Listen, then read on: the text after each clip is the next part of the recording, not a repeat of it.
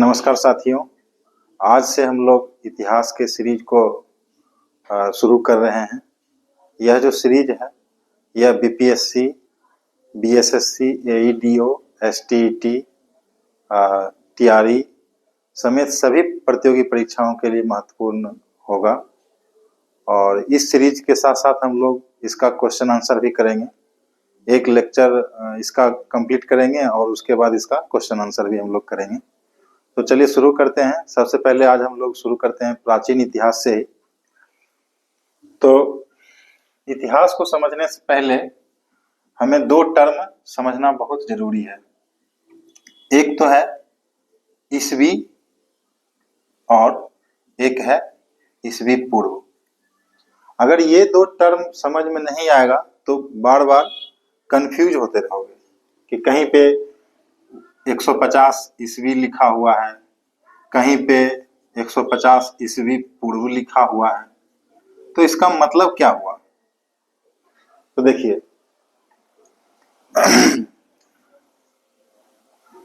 आप इसका जो आविष्कार हुआ यह ईसाई धर्म का जो जिसे भगवान माना जाता है ईसा मसीह, उसके जन्म से संबंधित है। ये जिस वर्ष ईसा मसीह का जन्म हुआ था उस वर्ष जो है कि ईसवी सन, वहीं से ईसवी सन को काउंट किया जाता है। तो मान लीजिए अगर कहीं पे लिखा है 1500 ईस्वी, तो इसका मतलब हुआ कि जिस समय ईसा मसीह का जन्म हुआ वहां से ये 1500 साल बीत गया है। जैसे कहने का ये मतलब है कि ईसा मसीह का जन्म जिस वर्ष हुआ वहां पे उसको एक ईस्वी मान लिया गया। ठीक है, एक ईस्वी मान लिया गया जिस वर्ष ईसा मसीह का जन्म हुआ। वहां से फिर चलता गया, उसका दूसरा साल हुआ, 2 ईस्वी हो गया, 3 ईस्वी हो गया, इसी तरह से कंटिन्यू चलता रहा और आज हम लोग पहुंच चुके हैं 2025 ईस्वी तक। इसका मतलब हुआ कि जिस समय ईसा मसीह का जन्म हुआ अब तक वो 2025 साल बीत चुका है। इसका मतलब 2025 साल पहले ईसा मसीह का जन्म हुआ था। लेकिन क्या ये जो इतिहास है, ये जो धरती है, क्या 2025 साल ही पुराना है? नहीं, 2025 साल पहले से भी तो ये धरती रहा था। इस धरती का कुछ इतिहास है। तो जब जिस समय ईसा मसीह का जन्म हुआ उससे पहले जो समय है उसको हम लोग कहते हैं ईसवी पूर्व। तो अगर हम ईसा मसीह के जन्म से अगर हम 100 साल पीछे जाएं, अगर हम ईसा मसीह के जन्म से 100 साल पीछे जाएंगे तो उसको क्या बोलेंगे हम लोग? उसको बोलेंगे 100 ईस्वी पूर्व। ठीक है। अगर हम ईसा मसीह के जन्म से 500 साल पहले जाएंगे, ठीक है, तो उसको हम क्या बोलेंगे? 500 ईस्वी पूर्व। लेकिन अगर हम ईसा मसीह के जन्म के 500 साल बाद आएंगे तो उसको हम बोलेंगे 500 ईस्वी। ठीक है। अब देखिए थोड़ा सा इसको और क्लियर कर लिया जाए। अगर कहीं पर आपको 500 ईस्वी पूर्व लिखा हुआ है तो इसका मतलब एक चीज तो क्लियर हो गया कि ये ईसा मसीह के जन्म से 500 साल पहले है। तो अभी से ये कितना साल हुआ? हम लोग जानते हैं कि क्या अभी हमने बताया कि ईसा मसीह का जो जन्म हुआ था वो 1 ईस्वी में हुआ था और अभी तक बीत चुका है 2025 साल। लेकिन यह जो समय है यह इसके जन्म से 500 साल और पीछे गया। इसका मतलब कुल अगर समय देखें तो ये हो गया 2525 साल, 2525 वर्ष, इतना समय हो गया। ठीक है। तो सिंपल सा बात है कि अगर कहीं ईस्वी पूर्व लिखा रहे तो अभी जितना साल है उतना उसमें ऐड कर दीजिए, वो अभी से उतना साल पीछे चल जाएंगे।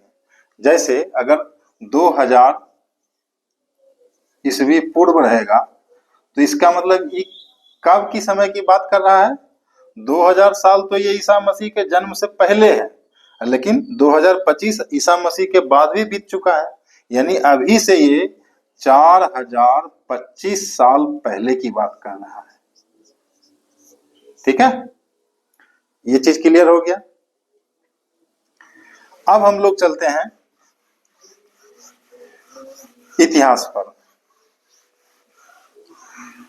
तो जितने भी इतिहासकार हुए हैं उन्होंने क्या किया है, इतिहास को समझने के लिए इतिहास को, अब किसी भी चीज को समझना है तो क्या करेंगे, अगर सबको एक साथ समझेगा तो मतलब एक दूसरे का चीज मिक्स हो जाएगा। तो इसके लिए उन्होंने क्या किया, इतिहास के समय को बांट दिया। तो अभी जब से इस धरती का इतिहास रहा है तब से लेकर के 3000 साल पूर्व तक, देखिए जब से इस धरती का समय शुरू हुआ या इतिहास शुरू हुआ, वहां से लेकर के कब तक, 3000 ईस्वी पूर्व तक की बात कर रहा हूं, ध्यान देना है। ईस्वी पूर्व है, इसका मतलब हुआ, अगर इसमें 2025 में और जोड़िए, यानी अभी से 5250 साल तक। ठीक है, 5250 साल तक, मतलब धरती का जो इतिहास रहा है वहां से 3000 ईस्वी पूर्व तक के समय को एक साथ इन्होंने रखा है और उसका नाम दिया है प्राग ऐतिहासिक काल। प्रागैतिहासिक काल। ठीक है, तो आप समझिए कि प्रागैतिहासिक जो काल होगा, इसका हम लोग अगर अध्ययन करना चाहें तो हमें क्या मिलेगा। 5000 साल पहले की ये बात कर रहा है, 5000 साल से भी पहले, यानी कि आप जितना उधर चले जाइए, 5000 साल, 10,000 साल, 1,00,000 वर्ष पूर्व, तो उस सबको इसी के अंतर्गत रख दिया, यानी कि वहां से लेकर के 3000 ईस्वी पूर्व तक जो है प्रागैतिहासिक काल में है। तो इस समय का अगर हम कुछ साक्ष्य खोजें तो क्या हमें मिल सकता है, तो क्या कोई लिखित, इस समय का कोई लिखित साक्ष्य होगा, कोई किताब होगा, कोई लिखा हुआ किसी का नहीं होगा, क्योंकि बहुत पुराना समय है। तो क्या मिल सकता है हमको, तो इस समय का जो है ना, हमें सिर्फ मिल सकता है पुरातात्विक साक्ष्य। अब बहुत लोगों को पुरातात्विक में थोड़ा कंफ्यूजन होगा। तो पुरातात्विक साक्ष्य जो होता है, इसका मतलब है कि उस समय का कोई जीव रहा होगा, उस जीव का हड्डी बच रहा होगा, कोई ऐसा होगा जो उस समय का मानव या जो जीव जंतु, मानव जो है उसका प्रयोग करता होगा, तो वो सारे साक्ष्य जो है क्या कहलाएंगे, पुरातात्विक साक्ष्य। यानी प्राग ऐतिहासिक काल का जो साक्ष्य है वो पुरातात्विक साक्ष्य उपलब्ध है। ठीक है, लेकिन इस समय का कोई लिखित साक्ष्य, क्या है, लिखित साक्ष्य उपलब्ध नहीं है। ठीक है, तो क्या देखा हमने कि शुरू से लेकर 3000 ईस्वी पूर्व तक के समय को इन्होंने प्राग ऐतिहासिक काल में रख दिया, और उस समय के हमें जो उस समय का जो साक्ष्य मिलता है वो सिर्फ हमें पुरातात्विक साक्ष्य मिलेगा, लिखित साक्ष्य में नहीं मिलेगा। अब 3000 ईस्वी पूर्व के बाद का समय, 3000 ईस्वी पूर्व के बाद का समय, मतलब आप चले आइए 2500 ईस्वी पूर्व, 2000 ईस्वी पूर्व, 1500 ईस्वी पूर्व। तो इस समय को जो रखा गया, इसको कहा गया आद्य ऐतिहासिक काल। क्या कहा गया, आद्य ऐतिहासिक काल। ठीक है, ठीक है। अब इस समय का जो काल है, इसमें हमें दोनों तरह का साक्ष्य मिलेगा। आद्य ऐतिहासिक का जो काल है, इस समय का हमें कुछ लिखित साक्ष्य भी मिल जाता है, कुछ पुरातात्विक साक्ष्य भी मिल जाता है, लेकिन इस समय का जो लिखित साक्ष्य है उसको अभी कोई पढ़ नहीं पाया है। मतलब क्या हुआ कि इस समय का लिखित साक्ष्य तो है लेकिन उसको पढ़ा नहीं जा सका है। लिखित साक्ष्य है लेकिन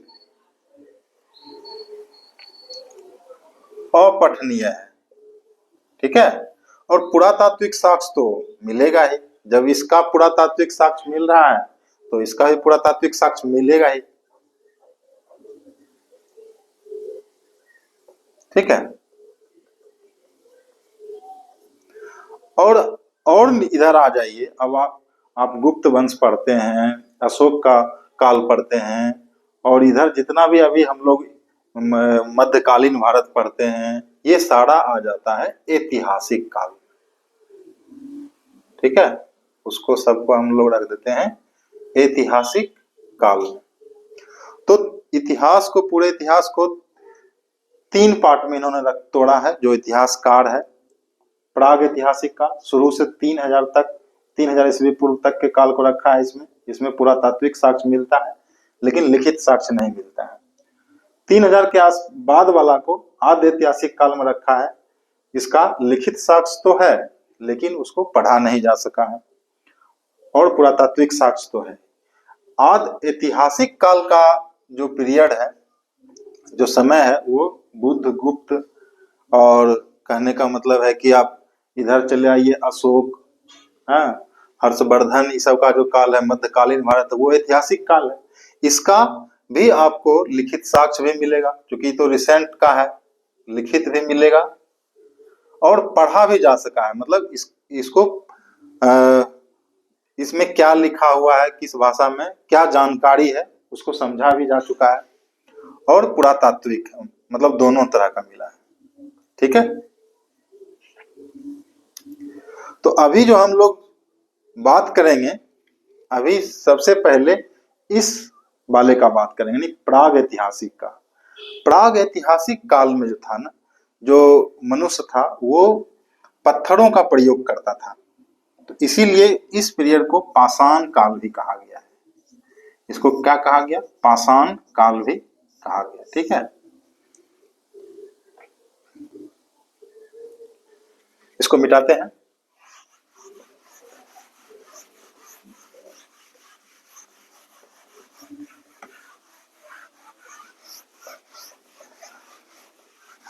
तो अब हम सिर्फ किस पे बात करेंगे? प्राग ऐतिहासिक पे। तो प्राग ऐतिहासिक को, चूंकि उसमें पत्थरों का यूज होता था, तो इसलिए उसको पाषाण काल भी कहा गया। तो पाषाण काल यानी कहां तक का काल है? ये कहां तक का है? प्रारंभ से कहां तक का? 3000 ईस्वी पूर्व तक का काल है। ठीक है। अब इतिहासकार क्या किए, इसको भी इन्होंने बांटा है। कैसे बांटा है? तो पाषाण काल को इन्होंने बांटा है पूरा पाषाण काल। ठीक है, पूरा पाषाण काल। अब देखिए ये कहां से आएगा, तो उसके बाद दूसरा पूरा कर लेते हैं पहले इसको। पूरा पाषाण काल, उसके बाद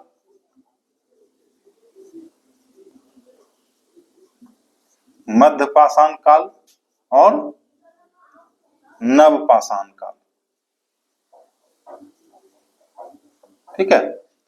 अब तीनों का चूंकि समय पूछता है परीक्षा में, जो है एग्जाम में, तीनों का समय कब है ये पूछता है, कहां से कहां तक है। ठीक है। तो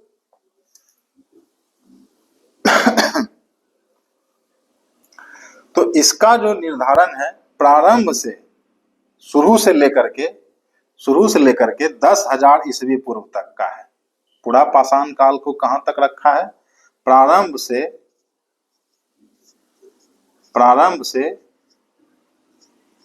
10,000 ईस्वी पूर्व तक का समय को इसमें पूरा पाषाण काल में रखा है। ठीक है। मध्य पाषाण काल में कहां तक को रखा है इतिहासकार? 10,000 ईस्वी पूर्व से 5500 ईस्वी पूर्व तक का। ठीक है। और नव पाषाण काल में कहां तक रखा है? 5500 ईस्वी पूर्व से कहां तक रखेगा इसमें? 3000 ईस्वी पूर्व तक। ठीक है। तो हमने अभी क्या देखा? प्राग ऐतिहासिक काल के बारे में हम लोग पढ़ रहे हैं। प्राग ऐतिहासिक काल को ही पाषाण काल भी कहते हैं। तो पाषाण काल को सबसे पहले इतिहासकार 3 भाग में बांटे हैं: पूरा पाषाण काल, मध्य पाषाण काल और नव पाषाण काल। पूरा पाषाण काल को इन्होंने क्या किया है, प्रारंभ से 10,000 ईस्वी पूर्व तक का समय को बांटा है, इसमें रखा है इसमें। और मध्य पाषाण काल में 10,000 से 5500 और नव पाषाण काल में 5500 से 3000। इतिहासकार इसको भी पुरा पाषाण काल जो है इसको फिर से 3 पार्ट में तोड़ दिया है हम लोग, ठीक है। यानी कि पुरा पाषाण काल को ही, ये जो 10,000 से ईस्वी पूर्व से पहले का जो समय है, इसको भी अध्ययन के सुविधा के लिए इन्होंने 3 पार्ट में तोड़ दिया है। तो क्या किया है, इसमें निम्न रखा है, निम्न पुरा पाषाण काल, ठीक है। क्या रखा है, निम्न पुरा पाषाण काल। कहां तक, तो प्रारंभ से ये जो होगा, ये प्रारंभ से जब से धरती का इतिहास रहा है वहां से 1,00,000 ईस्वी पूर्व तक, 1,00,000 ईस्वी पूर्व तक, ठीक है, 1,00,000 ईस्वी पूर्व तक, ये हो गया निम्न पुरा पाषाण काल। उसके बाद मध्य पुरा पाषाण काल, ठीक है। इसमें कहां तक रखा है, प्रारंभ से 1,00,000 तक तो यहां रख दिया। अब 1,00,000 से 40,000 तक का जो 40,000 ईस्वी पूर्व तक का जो समय था उसको मध्य पुरा पाषाण काल में रखा है। 1,00,000 ईस्वी पूर्व से 40,000 ईस्वी पूर्व तक का समय को इसमें रखा है। उसके बाद तीसरा जो इसको रखा है, तीसरा जो नाम दिया है उसका नाम है नव पाषाण काल। क्या नाम है, नव पाषाण काल, ठीक है। इसमें कहां तक रखेगा, तो 40,000 से हम कहां तक का पढ़ रहे हैं, 10,000 तक का, यानी नव पाषाण काल में 40,000 ईस्वी पूर्व से 10,000 ईस्वी पूर्व तक के इतिहास को इसमें अध्ययन करते हैं, नव पाषाण काल में उसको रखा है, ठीक है। तो हम लोग कहां तक पहुंच गए, नव पाषाण काल 10,000 ईस्वी पूर्व तक है। अब देखिए, ये जो हम पढ़ रहे थे, फिर से याद करिए, हम लोग पढ़ रहे हैं प्राग ऐतिहासिक काल, यानी कि इसका कोई लिखित साक्ष्य नहीं होगा, पूरा तात्विक साक्ष्य होगा, यानी किसी कोई जीव जंतु का हड्डी मिल जाएगा या कहीं पे चित्र उत्र बनाया हुआ होगा, तो इस तरह का साक्ष्य मिलेगा, चित्र बना हुआ चित्र, उस तरह का इस पीरियड का साक्ष्य मिलेगा। तो सबसे पहले तो ये पुरा पाषाण काल का जो समय है, यानी कि पाषाण काल का जो समय है, ये सब इस पीरियड का जो मतलब पुरातात्विक साक्ष्य मिलेगा वो मुख्य रूप से मिलता है सोहन नदी घाटी, सोहन नदी घाटी, बेलन नदी घाटी, ठीक है। इस तरह का क्षेत्र में, जैसे भीमबेटका की गुफाएं, यहाँ पर जो है उस गुफा में कुछ चित्र बनाया हुआ है जो कि पाषाण काल का चित्र है, ठीक है। तो जैसे सोहन नदी घाटी है, वहां से कुछ अस्थि पंजर मिला हुआ है, कुछ क्या बोलते हैं पेबुल चॉपिंग उपकरण इस तरह का मिला हुआ, पत्थर का उपकरण मिला हुआ है जो कि पाषाण काल का है। तो इसी सब, अब हम इसको देखेंगे कि किस पीरियड में क्या मिला है। अब यहाँ से क्वेश्चन कैसे पूछेगा, क्वेश्चन कभी कभी पूछता है ईयर वाइज, मतलब किस पीरियड में किसको रखा गया, नव पाषाण काल का कब समय है, मध्य पाषाण काल का कब समय है, नव पाषाण काल में कौन सा स्टेट में क्या मिला है, या कुछ जैसे आग का आविष्कार हुआ वो किस में हुआ, कुत्ता का जैसे पालतू बनाया तो वो उसको किस पीरियड में, मतलब मनुष्य ने कुत्ता को पालतू बनाया, कृषि हुआ, खेती शुरू हुआ तो उसको किस काल में रखा गया या किस काल से उसको शुरू किया गया। तो इस तरह का क्वेश्चन एग्जाम में पूछे जाते हैं, ठीक है। तो इसको मतलब ये चीज जो है अगर 4 से 5 बार इसको रिपीट कर लेते हैं बार बार लिख करके, तो ये एकदम कंठस्थ याद हो जाएगा। तो अब हम चलते हैं, सबसे पहले पुरा पाषाण काल को अगर हम देखेंगे तो इसका जो साक्ष्य मिलेगा, हम बताएं अभी, इसका साक्ष्य मिलता है आपको वही सोहन नदी की घाटी, बेलन नदी की घाटी, भीमबेटका की गुफाएं, इन सब जगहों पे। तो अब हम एक एक करके इन तीनों चारों पीरियड के बारे में देखेंगे, इसके बारे में कि कब किस समय क्या हुआ था और क्या मिला था।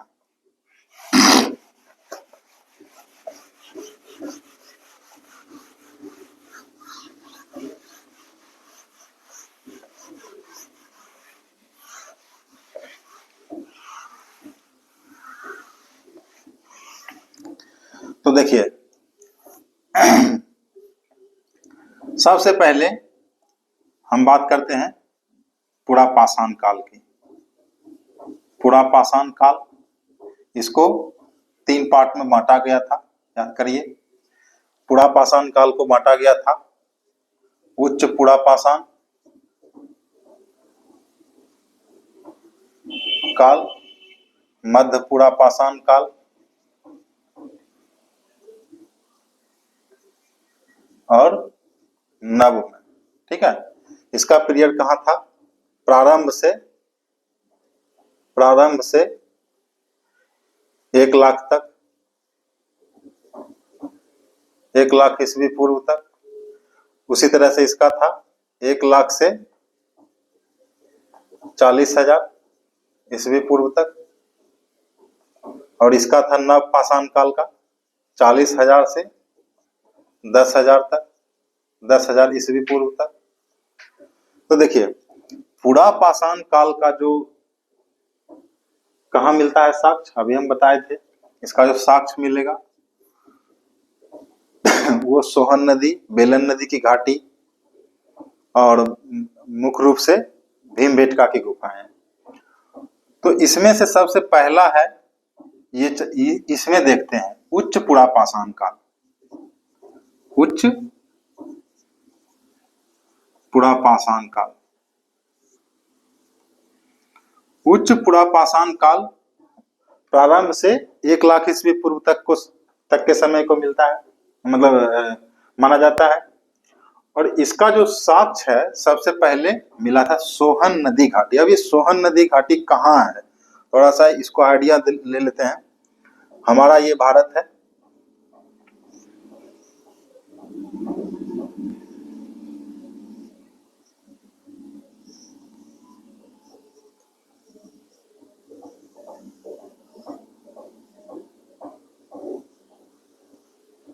अगर भारत का नक्शा हम लोग बनाएं कुछ इस तरह से है, तो ये सिंधु नदी का जो एरिया है, वो सिंधु नदी का जो भारत से गुजरता है वो कुछ इस तरह से है।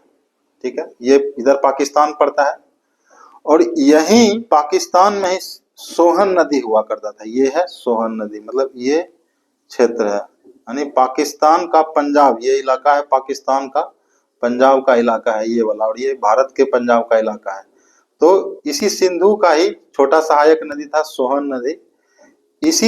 इसी आसपास ये उच्च पुरा पाषाण काल के अवशेष मिलते हैं। ठीक है, उच्च पुरा पाषाण काल के अवशेष कहाँ मिलते हैं? सोहन नदी। ठीक है, और यही उच्च पुरा पाषाण काल के अवशेष यहीं पाए जाने के कारण इसको यानी कि उच्च पुरा पाषाण काल को सोहन संस्कृति भी कहा जाता है। इसको क्या कहा जाता है? तो एग्जाम में इसी तरह से पूछा जा सकता है कि किस काल को सोहन संस्कृति कहते हैं, तो इसको सोहन संस्कृति भी कहते हैं। क्यों कहते हैं? क्योंकि इसके जो पुरातात्विक साक्ष्य है वो इसी आसपास मिला है जहां सोहन नदी बहा कर देती या उसी घाटी के क्षेत्र में। तो इसको क्या कहते हैं? सोहन संस्कृति भी कहते हैं। ठीक है, और यहां से मिला क्या था? तो वही 2-3 मतलब कुछ पत्थर के उपकरण थे, जैसे पेबुल, चॉपर, चेपिंग, ये 3 तरह का ही पत्थर का उपकरण यहां से मिला है। ठीक है, अब हम लोग चलते हैं, उच्च पुरा पाषाण काल हो गया ये क्षेत्र में, और यहाँ देखिए सोहन नदी। दूसरा है बेलन घाटी। बेलन घाटी जो पड़ता है उत्तर प्रदेश, यहाँ है, ये उत्तर प्रदेश का इलाका है, भारत का उत्तर प्रदेश का, और ये इलाहाबाद कहीं यहीं आसपास है। इलाहाबाद के आसपास के ही क्षेत्र में ये उसको बेलन नदी घाटी क्षेत्र कहा जाता है, बेलन क्षेत्र कहा जाता है। ठीक है, और मध्य प्रदेश का भोपाल है, मध्य प्रदेश का भोपाल, मध्य प्रदेश लगभग बीच का स्टेट है भारत का, और यहीं पे भोपाल से ही कुछ मतलब किलोमीटर दूर भीमबेटका की गुफाएं हैं। यहाँ पे ही भीमबेटका की गुफाएं हैं, जहां से कुछ पत्थरों पर, गुफाओं के पत्थरों दीवारों पर कुछ इस काल के चित्र मिले हैं। ठीक है, तो ये उच्च पुरापाषाण काल का था। अब आ जाते हैं मध्य पुरापाषाण काल। मध्य पुरापाषाण काल में जो इसका पीरियड था 1,00,000 से 40,000 ईस्वी पूर्व।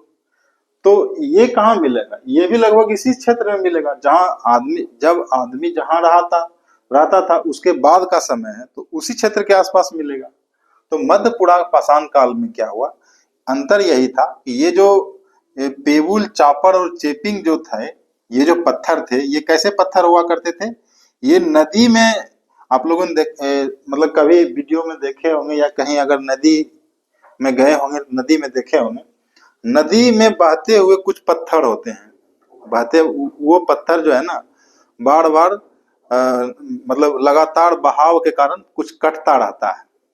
तो उसी से वो जो पत्थर पेबुल बनता था, पेबुल, चापर, चॉपिंग, वो नदी के अंदर बहने वाले वो पत्थर होते थे। ठीक है, अब ये मध्य पुरापाषाण काल की अगर बात करें, मध्य पुरापाषाण काल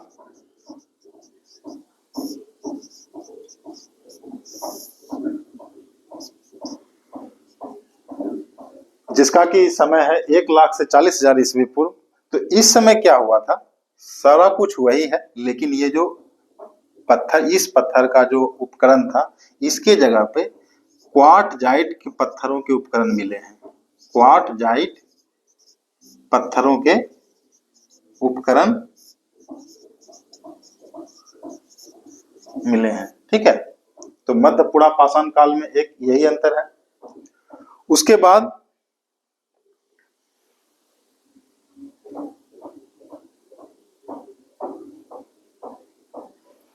आ जाते हैं हम लोग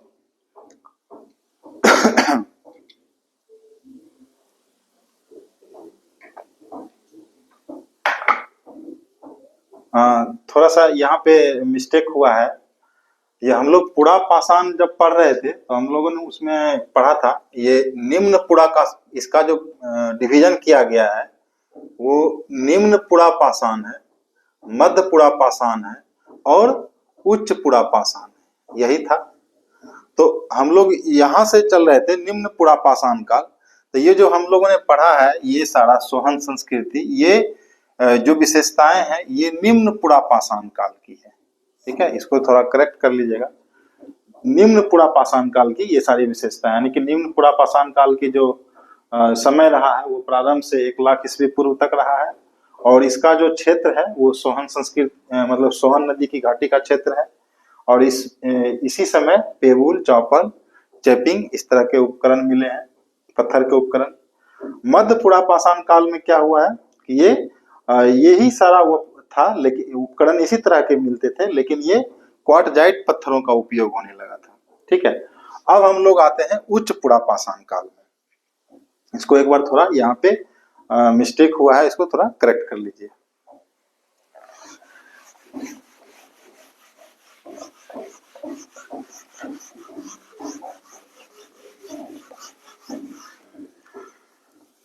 उच्च पुरापाषाण काल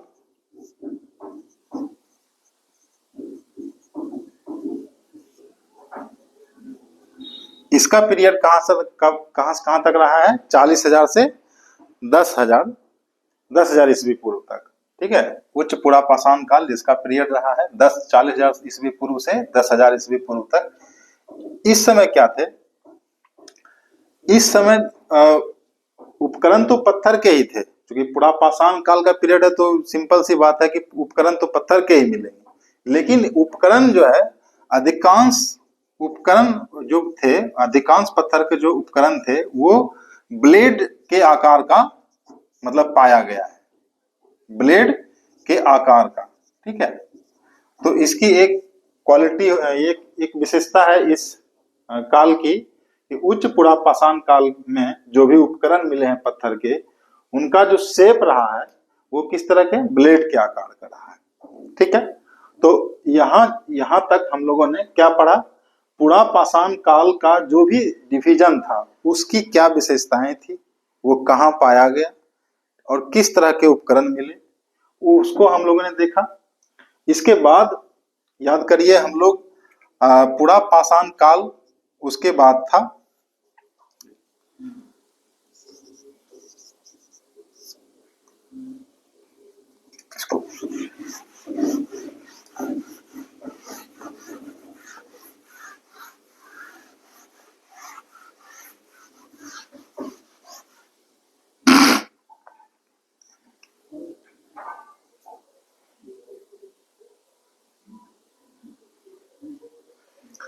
अभी हम लोगों ने क्या देखा, पुरा पाषाण काल तक का देख लिए। अब हम लोग चलते हैं मध्य पाषाण काल। ठीक है, मध्य पाषाण काल, इसका पीरियड कहां तक था, तो पुरा पाषाण काल का पीरियड था प्रारंभ से लेकर 10,000 ईस्वी पूर्व तक हम लोगों ने देख लिया। अब ये जो मध्य पाषाण काल है, ये 10,000 ईस्वी पूर्व से, इसका पीरियड कहाँ है, 10,000 ईस्वी पूर्व से 5500 ईस्वी पूर्व तक। ठीक है, तो मध्य पाषाण काल का क्या विशेषता रहा है और इस समय क्या मिला था, तो मध्य पाषाण काल का जो उपकरण होता था, इस समय उपकरण बहुत छोटे छोटे मिलने लगे थे। पत्थर के जो उपकरण थे वो बहुत छोटे छोटे मिलने लगे थे। तो उपकरणों का जो छोटापन आया, इसीलिए इस संस्कृति को कहा गया माइक्रोलिथ संस्कृति। क्या कहा गया, माइक्रोलिथ। ठीक है, यहाँ पे उपकरण क्या हुआ, उपकरणों का साइज घटा और इसको कहा गया माइक्रोलिथ पीरियड। ठीक है, इसका जो खोज था सबसे पहले किया था C.L. कार्लाइल। ये सारा पॉइंट जो है एग्जाम में पूछे जाते हैं। इनका खोज इस काल का, जो इस समय का जो था, कौन खोज किया, C.L. कार्लाइल। और उपकरण जो है छोटे छोटे होने लगे, इसलिए इसको कहा गया माइक्रोलिथ पीरियड। ठीक है, इसी समय मतलब मध्य पाषाण काल में ही कुत्ते को मनुष्य ने जो है पालतू पशु बनाया। ठीक है, कुत्ते को पालतू पशु बनाया। ठीक है, यही मध्य पाषाण काल में। और मानव का जो है पहला जो है कि अस्थि पंजर इसी समय का मिला है। मानव का जो है अस्थि पंजर वो कहाँ मिला है, ये उत्तर प्रदेश में एक जगह है प्रतापगढ़। ठीक है, प्रतापगढ़ के, उत्तर प्रदेश के प्रतापगढ़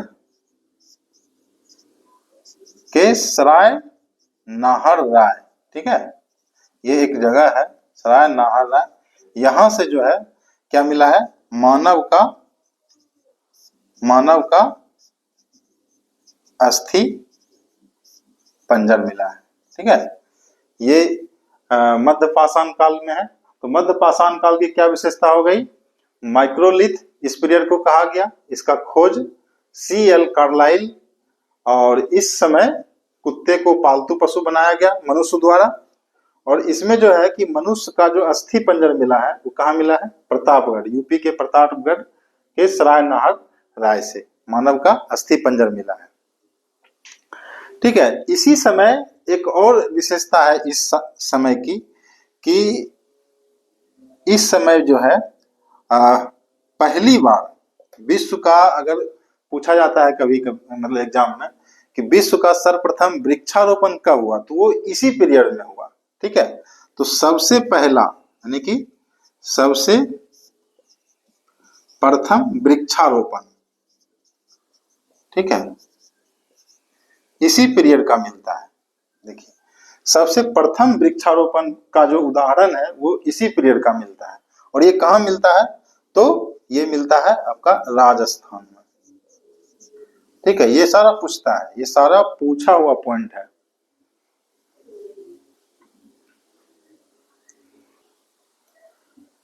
तो यहाँ तक जो है हम लोग ने आज तक देखा, आज देखा कंप्लीट, हम लोग मध्य पाषाण काल तक पूरा कर चुके हैं।